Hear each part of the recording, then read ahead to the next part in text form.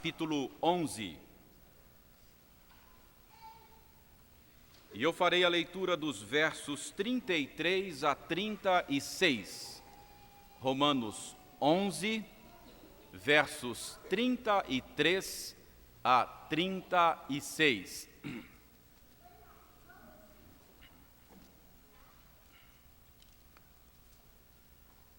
Eu lerei e os irmãos acompanharão silenciosamente a leitura que farei.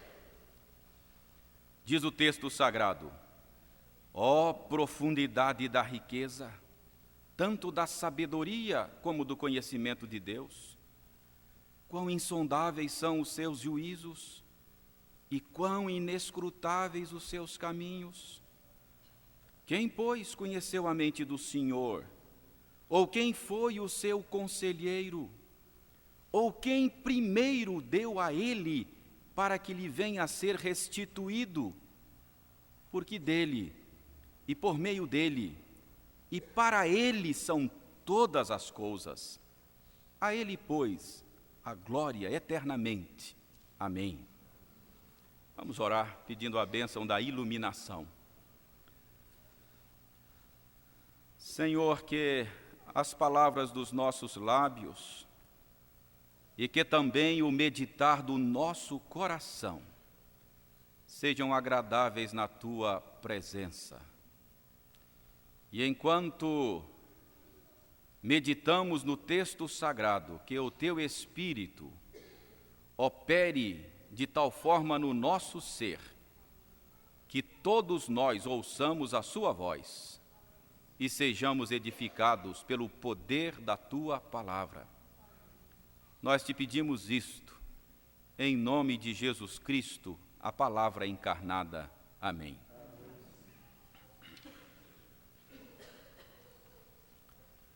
Todos nós certamente conhecemos aquela reação de vislumbramento, de encantamento, de admiração diante da contemplação de algum quadro extremamente maravilhoso, extasiante. Todos nós conhecemos aquela reação de encantamento. Às vezes até algum som é emitido. A gente olha, uau! Não é assim? Eu estou dizendo isso porque é mais ou menos isso que acontece com o apóstolo Paulo neste texto. O que nós temos aqui é uma reação de encantamento, é uma reação de admiração. O que nós temos aqui nesse texto que acabamos de ler é um uau do apóstolo Paulo. O apóstolo Paulo acabara de fazer uma exposição exaustiva do plano de salvação. Ao longo dos 11 primeiros capítulos da Epístola aos Romanos, ele mostra como Deus, de maneira graciosa, misericordiosa, reconcilia consigo o pecador indigno. Ele começa a epístola mostrando que não há um justo sequer. Todos pecaram, estão destituídos da glória de Deus. Todos são miseráveis. Tanto o pagão ignorante, quanto o judeu iluminado, conhecedor da Escritura, todos estão perdidos e não têm diante de Deus justiça própria. Depois ele mostra como Deus em Cristo providencia essa justiça que falta ao homem. Ele ofereceu o seu Filho como propiciação pelos pecados dos homens. Depois Paulo mostra como esta justiça se torna nossa mediante a fé. E como é que o Espírito Santo trabalha em nós, aplicando estes benefícios da obra de Cristo na nossa vida, tornando a salvação parte da nossa própria experiência. Depois ele mostra que nós estamos seguros nesta posição, que nada, absolutamente nada, pode nos separar do amor de Deus que está em Cristo Jesus. E depois ele resolve ou tenta resolver e argumenta a aparente contradição desta segurança que temos no plano de Deus com a rejeição do povo judeu. Porque alguém poderia dizer, nós não estamos tão seguros assim, porque Deus fez promessa ao povo judeu, mas Israel rejeitou o Messias. E Paulo então gasta uns 3 capítulos para explicar esta aparente contradição. E ele mostra que o plano de Deus, o projeto de Deus é inescrutável, vai além da nossa capacidade de compreensão. E agora Paulo encerrou então a sua exposição. E ele encerra exatamente com essa expressão de encantamento, com essa verbalização da sua adoração, com essa doxologia conhecida de todos nós.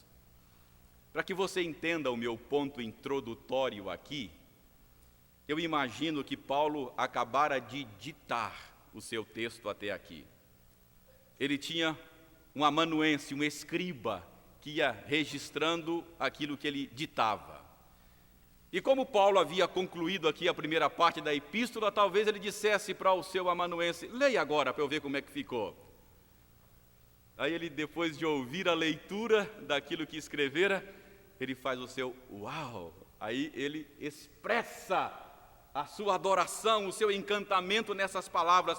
Oh, profundidade da riqueza, tanto da sabedoria como do conhecimento de Deus, quão insondáveis são os seus juízos, quão inescrutáveis os seus caminhos. E então ele vai expressando, adorando a Deus, expressando o seu encantamento. Então o que nós temos aqui é a reação de admiração, de encantamento do apóstolo Paulo diante do plano salvador, do plano redentor de Deus. Eu gostaria então de chamar a sua atenção para essas palavras de Paulo, depois de esclarecer esse ponto introdutório e procurar mostrar para vocês o que chamou a atenção de Paulo, o que Paulo admira, o que Paulo contempla ao olhar, ao observar a forma como Deus salva o pecador.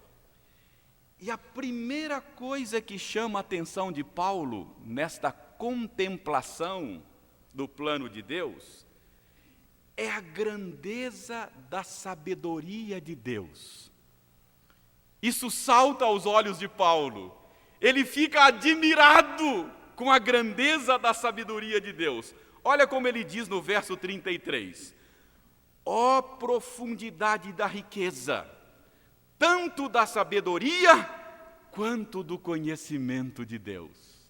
Paulo fica admirado, Paulo fica extasiado com a sabedoria e com o conhecimento de Deus. O que significa sabedoria? Sabedoria, meus irmãos, nós poderíamos definir como aquela habilidade de lidar com uma situação difícil.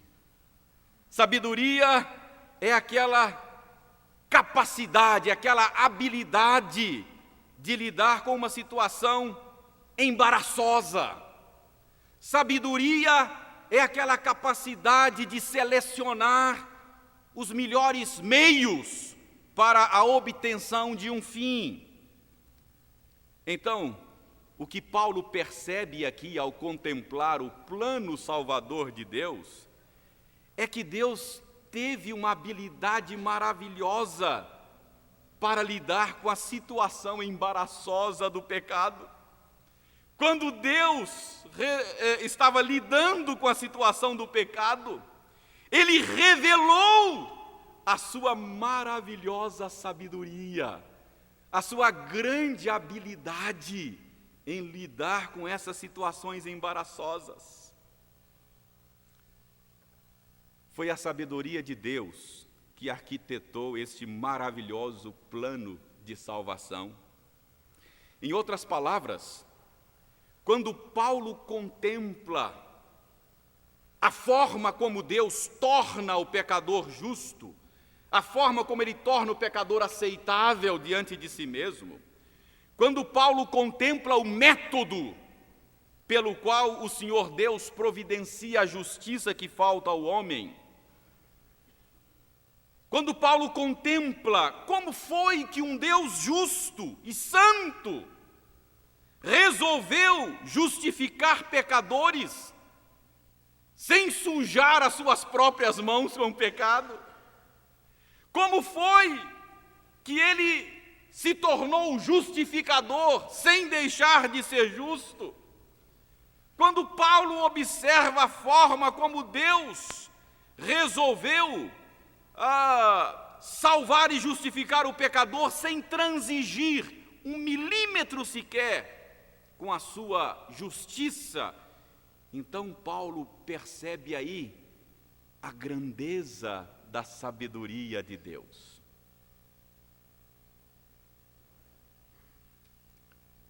Paulo vê nisso, certamente, a riqueza da sabedoria de Deus. Deixe-me tentar ilustrar isso. Qualquer ilustração é pequena demais, é tacanha demais. Mas deixe-me, até por atrevimento, ajudá-lo a entender o ponto aqui. Imagine que você tivesse nascido há muitos anos atrás e fosse pai ou mãe de um garoto chamado Adolf Hitler. Imagine agora que, depois de Hitler fazer tudo o que fez, você fosse também o juiz ou a juíza a presidir o julgamento de Hitler, tivesse que julgá-lo. Aqueles que têm filhos aqui sabem que os pais amam tanto os bons filhos quanto os maus filhos, não é assim? É assim amor de pai e amor de mãe. Mas como juiz ou juíza, você teria sobre os ombros a obrigação de fazer justiça. O meu ponto aqui é como satisfazer as exigências da justiça e do amor ao mesmo tempo.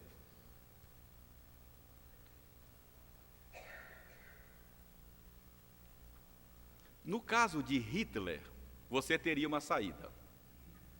Você condenaria Hitler, então você satisfaria as exigências da justiça. Tem que fazer justiça. E você se ofereceria para pagar a pena no lugar dele. Você satisfaria as exigências do amor. Eu sei, é uma ilustração muito tacanha, muito tímida, mas só para que você tenha uma ideia da situação embaraçosa. Se é que Deus pode ter embaraços, Ele não tem, mas eu não tenho outra maneira de comunicar isso. Mas a situação embaraçosa na qual o Senhor Deus se encontrava, e de maneira muito sábia, Ele satisfez as exigências do seu amor e satisfez as exigências da sua justiça. Ele foi amoroso sem deixar de ser justo em Cristo Jesus. Então, ao contemplar a forma como Deus escolheu salvar o pecador, o apóstolo Paulo diz: uau, ele fica cheio de encantamento, ele fica extasiado, e o que ele observa, o que ele contempla, é a grandeza, é a profundidade da sabedoria de Deus. Quanta sabedoria num plano só. Mas, meus irmãos, Paulo, além da riqueza da sabedoria e da riqueza do conhecimento de Deus, porque ele fala aqui de profundidade da riqueza da sabedoria, de profundidade da riqueza do conhecimento. Com isso ele quer mostrar o caráter insondável dessa sabedoria, o caráter insondável desse conhecimento. Ou seja, esta sabedoria, este conhecimento, são simplesmente infinitos, insondáveis. Deus tem todo o conhecimento, tem toda a sabedoria. Tudo isso é ilimitado. Então Paulo chama a atenção aqui para esse aspecto do plano de Deus. É isso que chama a atenção de Paulo ao contemplar o plano de Deus, a grandeza da sua sabedoria. Mas há um outro ponto que chama a atenção de Paulo, há outra coisa que faz Paulo ficar extasiado, maravilhado, encantado, quando ele contempla o que Deus fez. Paulo fica encantado com o aspecto incompreensível, tanto da mente quanto do agir de Deus. Olha ainda o versículo 33. Ele diz: quão insondáveis são os teus juízos, e quão inescrutáveis os seus caminhos. O que é algo insondável? Algo insondável é alguma coisa que está fora do nosso alcance. Você pode afundar o quanto puder as suas sondas, as suas medidas, mas jamais atingirá o fundo. Isto é algo insondável. Em outras palavras, por mais completa que seja a investigação, por mais exaustiva que seja, ou por mais exaustivo que seja o exame, nunca levará o pesquisador ao seu pleno conhecimento.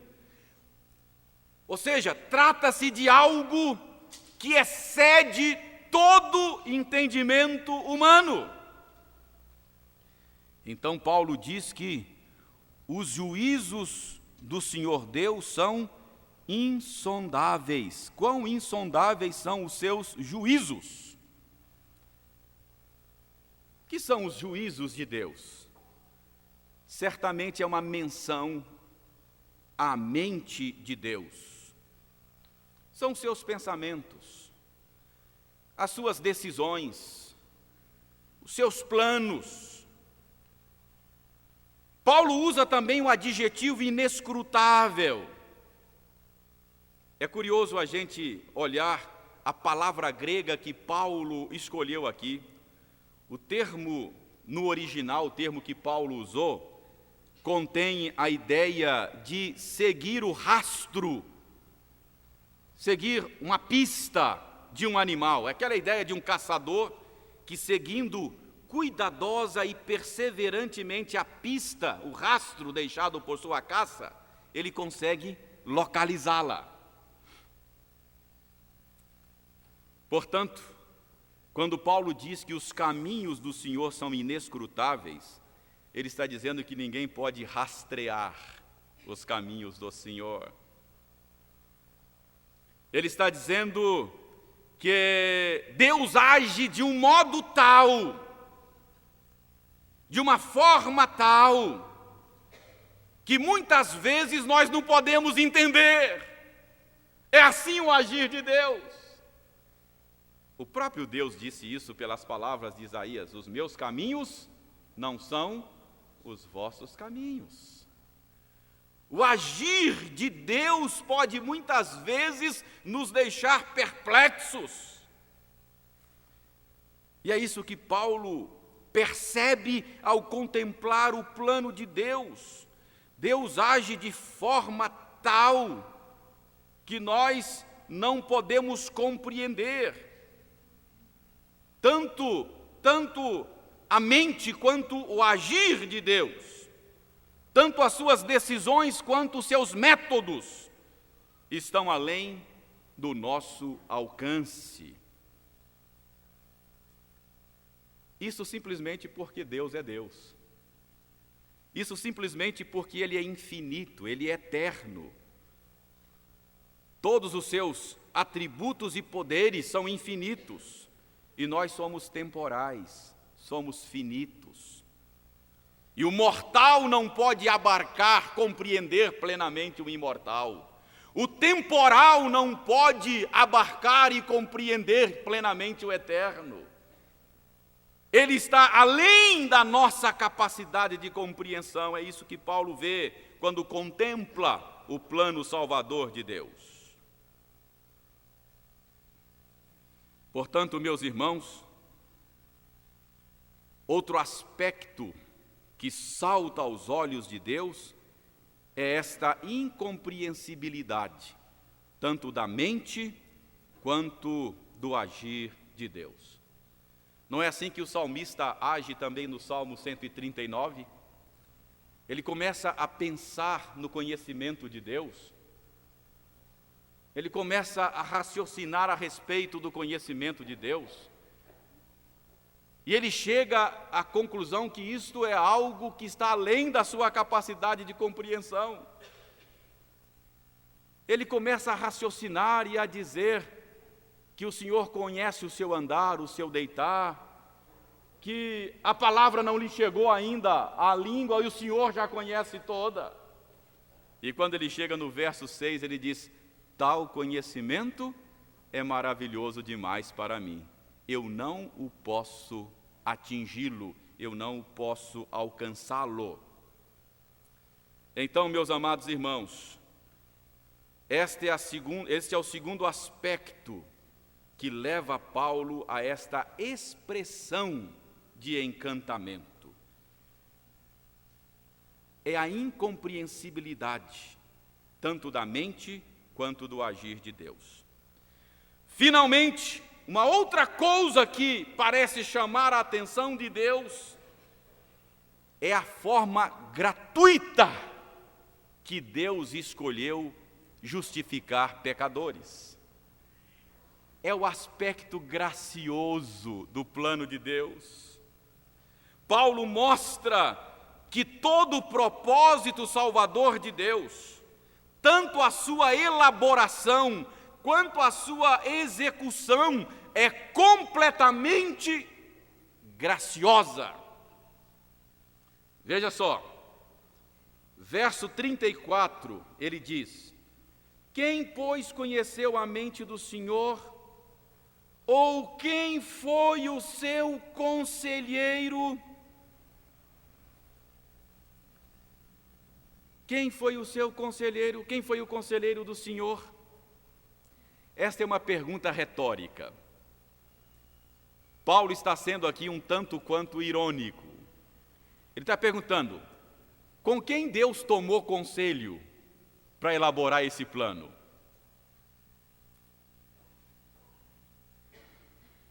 Quem foi o conselheiro do Senhor? Quem foi o seu consultor? Ele teve consultoria?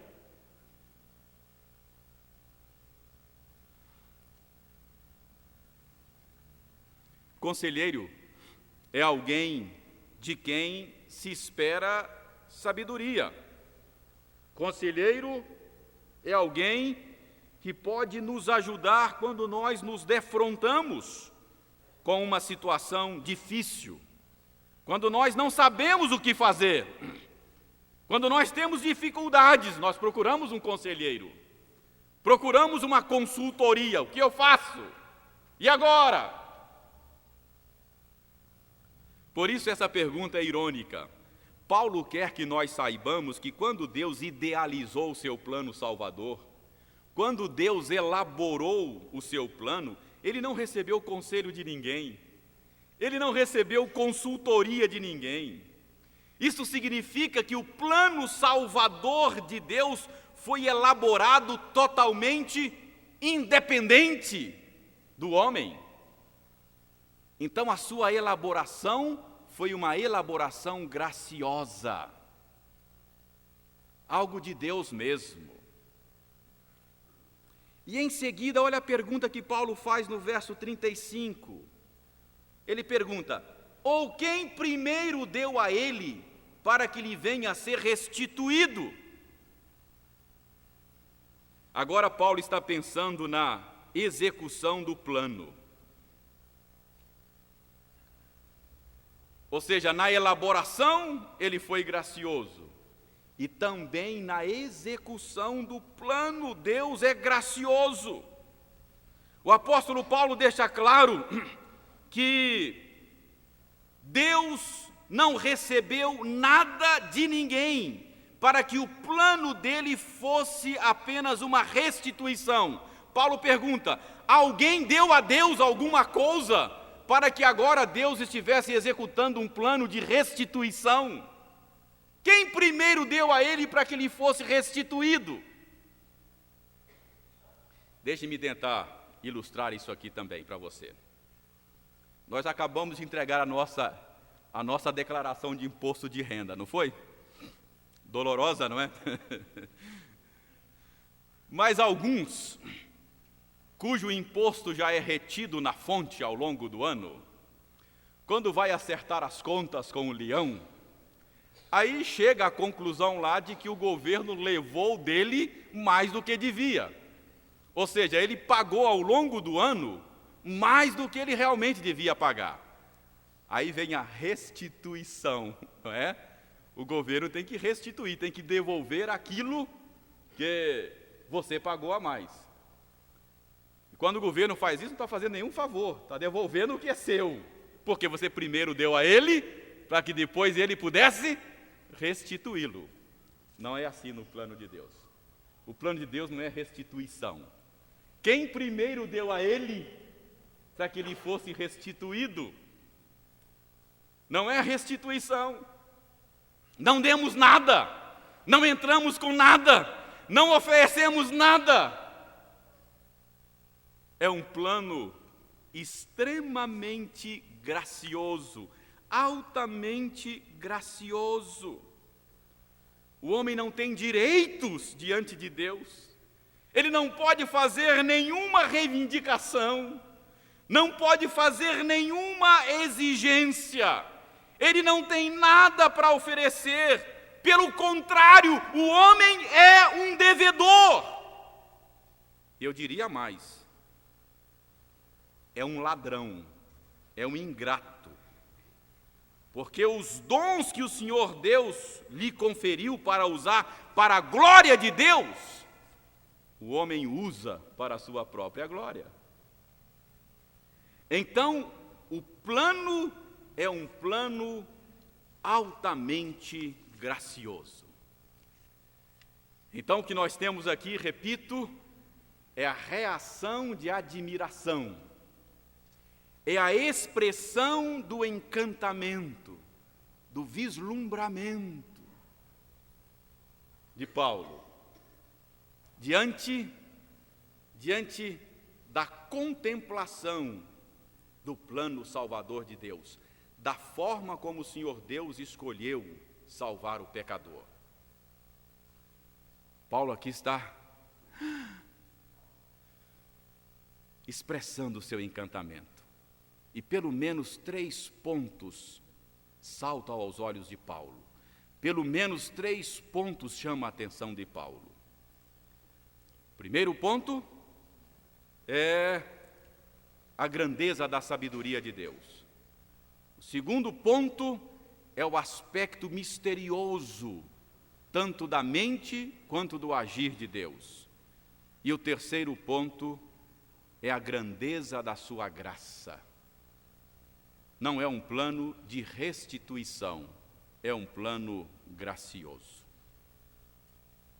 Meus irmãos, quando nós analisamos então esta expressão de encantamento, que alguns até acham que aqui o apóstolo Paulo inseriu parte de um cântico cristão, alguns acham que nós temos aqui, Paulo copiou de um cântico cristão da época, nós não sabemos.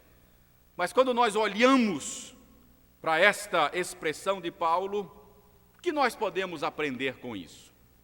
De que maneira nós podemos nos beneficiar desses ensinamentos que nós acabamos de ver. Meus irmãos, eu creio que nós temos pelo menos 3 aplicações aqui.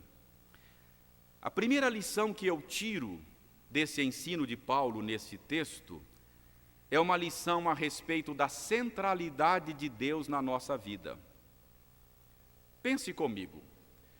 Paulo está contemplando a maior bênção que alguém pode receber. Paulo está contemplando a bênção maior que é a bênção da salvação. E o que chama a atenção de Paulo? O que Paulo vê? O que chama a atenção de Paulo não é a bênção em si mesmo, mas o que chama a atenção de Paulo é o Deus da bênção. Paulo não fica encantado com a bênção, Paulo fica encantado com o doador da bênção. Então, meus irmãos, isso nos ensina que nós deveríamos ter mais sede de Deus do que das bênçãos de Deus. É como diz o salmista: minha alma tem sede de ti. Parece-nos que muitas vezes, meus irmãos, a nossa sede não é de Deus mesmo, mas das bênçãos de Deus. A nossa maior necessidade é necessidade de Deus mesmo. As bênçãos de Deus deveriam fazer conosco o que fez com Paulo aqui, nos remeter para Deus, nos fazer admirar o nosso Deus e nos deleitar nele. As bênçãos são apenas manifestações daquilo que Deus é. Elas não são um fim em si mesmo.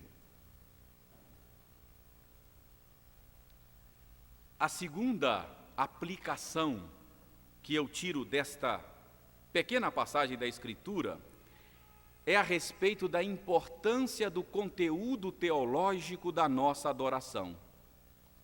Alguns estudiosos dizem que aqui nós temos um trecho de um hino cristão. Pequeno texto que nós analisamos, não analisamos exaustivamente, mas você percebeu quão denso é o conteúdo dessa expressão de adoração?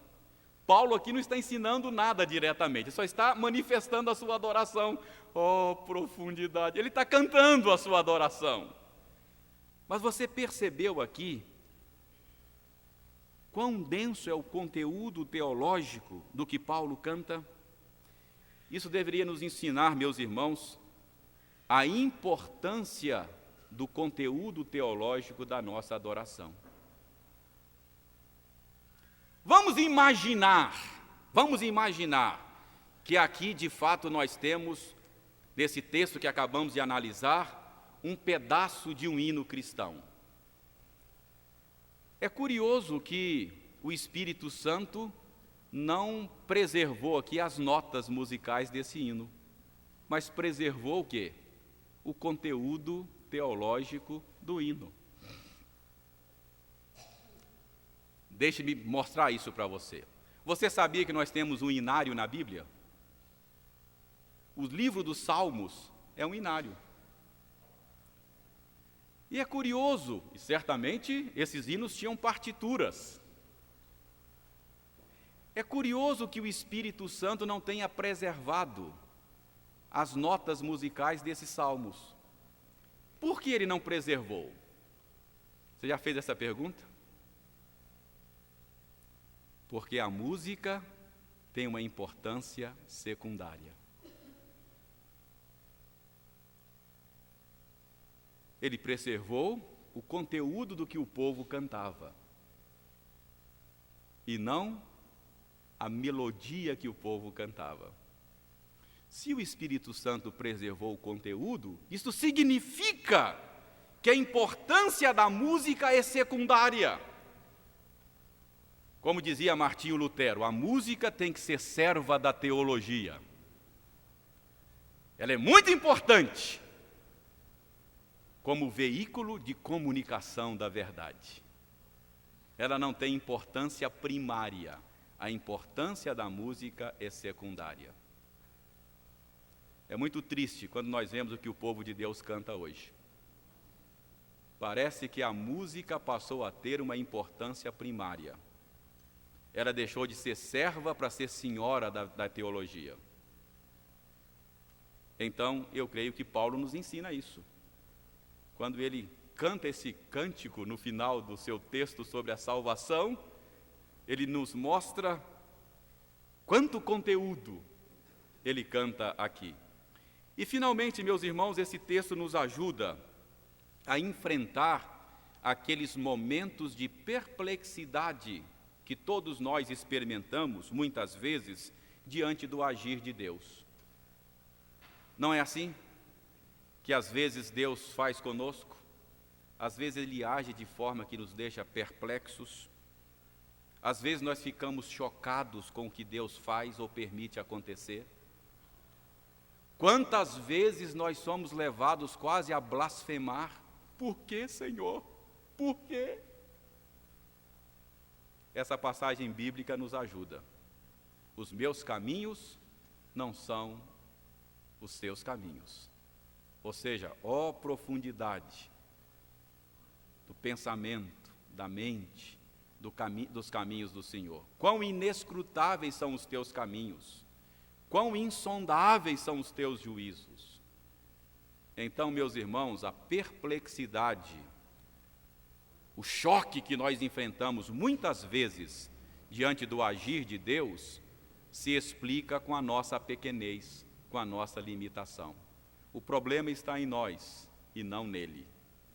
Então, saber isso vai nos ajudar a enfrentar humildemente esses momentos de perplexidade e nos livrar de blasfemar contra Deus. A sabedoria popular nesse ponto tem razão. Deus sabe o que faz e nós não sabemos o que falamos.